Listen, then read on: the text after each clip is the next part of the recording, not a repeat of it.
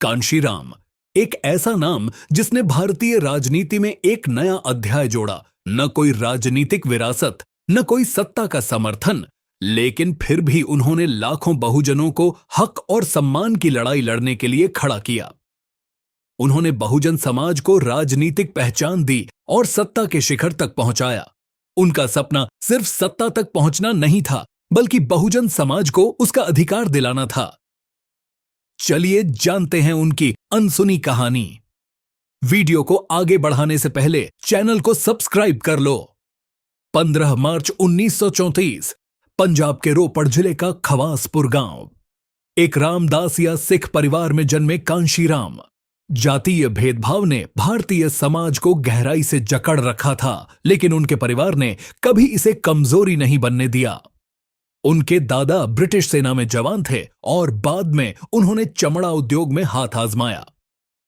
असली संघर्ष अभी बाकी था। कांशीराम ने अपने बचपन में सीधे तौर पर जातिगत भेदभाव महसूस नहीं किया, लेकिन जब वे पुणे में सरकारी अनुसंधान संस्थान में वैज्ञानिक के तौर पर काम करने पहुंचे तो उन्हें असली सच्चाई का एहसास हुआ। वहां उन्होंने देखा कि जातिगत भेदभाव सरकारी दफ्तरों में भी गहराई से मौजूद था।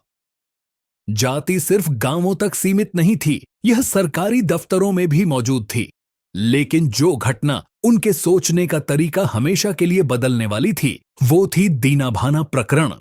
जब प्रशासन ने अंबेडकर जयंती की छुट्टी रद्द कर दी तो दलित कर्मचारी दीनाभाना ने विरोध किया। इस पर उसे नौकरी से निकाल दिया गया। कांशीराम ने खुलकर दीनाभाना का समर्थन किया, यह जानते हुए भी कि इससे उनके करियर पर असर पड़ सकता है। इस घटना ने उन्हें सिखाया कि व्यक्तिगत संघर्ष से ज्यादा सामूहिक शक्ति की जरूरत होती है, और यहीं उन्होंने पहली बार बाबा साहेब अंबेडकर को पढ़ा और समझा कि बदलाव सिर्फ शिक्षा से नहीं, सत्ता से आएगा। 1978 बामसेफ का गठन। सरकारी नौकरियों में काम करने वाले बहुजन समुदाय को संगठित करने की एक ऐतिहासिक शुरुआत। लेकिन कांशीराम को जल्द ही समझ आ गया कि सिर्फ जागरूकता काफी नहीं, बल्कि राजनीतिक सत्ता में हिस्सेदारी जरूरी है। और इसी सोच से जन्म हुआ 1981 में DS4 का और फिर 14 अप्रैल 1984 को बहुजन समाज पार्टी का। एक ऐसी पार्टी जिसने भारतीय राजनीति को हमेशा के लिए बदल दिया। कांशीराम जानते थे कि पारंपरिक राजनीति को पलटने के लिए एक नई रणनीति की जरूरत है। उन्होंने नारा दिया, जिसकी जितनी संख्या भारी उसकी उतनी हिस्सेदारी। उन्होंने अनुसूचित जाति, अनुसूचित जनजाति, अन्य पिछड़ा वर्ग और अल्पसंख्यक समुदायों को एक मंच पर लाने का प्रयास किया। और फिर आया वो नारा जिसने हर बहुजन के दिल में आग लगा दी, वोट हमारा राज्य तुम्हारा नहीं चलेगा। 1993 में BSP ने पहली बार उत्तर प्रदेश में सत्ता की दहलीज पर दस्तक दी, जब समाजवादी पार्टी के साथ गठबंधन कर सरकार बनाई। लेकिन असली जीत 1995, 2002 और 2007 में आई, जब मायावती उत्तर प्रदेश की पहली दलित महिला मुख्यमंत्री बनी। इसके बाद 1997 और 2007 में BSP ने फिर से सत्ता हासिल की, बहुमत की सरकार बनाई, जो भारतीय राजनीति में एक ऐतिहासिक क्षण था।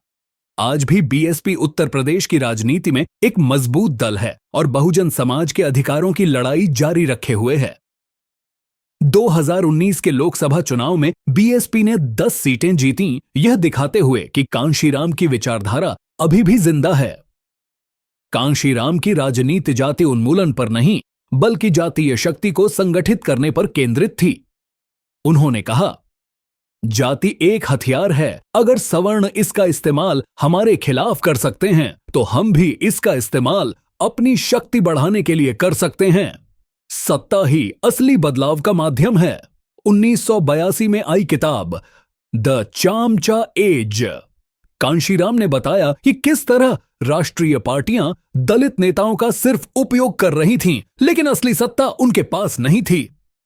कांशीराम ने एक स्पष्ट संदेश दिया, अगर दलितों को हक चाहिए तो उन्हें अपनी पार्टी, अपना नेता और अपनी सरकार खुद बनानी होगी। 9 अक्टूबर 2006 भारत ने एक महान नेता को खो दिया। कांशीराम का निधन हुआ, लेकिन उनकी विरासत अभी भी जिंदा है। उन्होंने सिर्फ एक राजनीतिक पार्टी नहीं, बल्कि एक विचारधारा दी जिसने करोड़ों लोगों को आत्मसम्मान और हक की लड़ाई लड़ने की प्रेरणा दी। कांशीराम का सपना सिर्फ एक सरकार बनाने का नहीं था, बल्कि बहुजन समाज को सत्ता में हिस्सेदारी दिलाने का था। आज भी उनकी रणनीति और विचारधारा हमें सवाल पूछने पर मजबूर करती है, क्या हम उनके बताए रास्ते पर चल रहे हैं? क्या बहुजन राजनीति में वही धार बची है? अपनी राय हमें कमेंट में बताएं। अगर आपको यह वीडियो पसंद आई हो तो लाइक और शेयर करें, ताकि कांशीराम की विरासत हर किसी तक पहुंचे। यह थी कांशीराम की कहानी, एक ऐसे नेता की जिसने राजनीति का पूरा खेल बदल दिया। अगली बार मिलेंगे एक और प्रेरणादायक कहानी के साथ। जय भीम, जय बहुजन। ऐसी और भी जानकारीपूर्ण वीडियो देखने के लिए चैनल को सब्सक्राइब करें।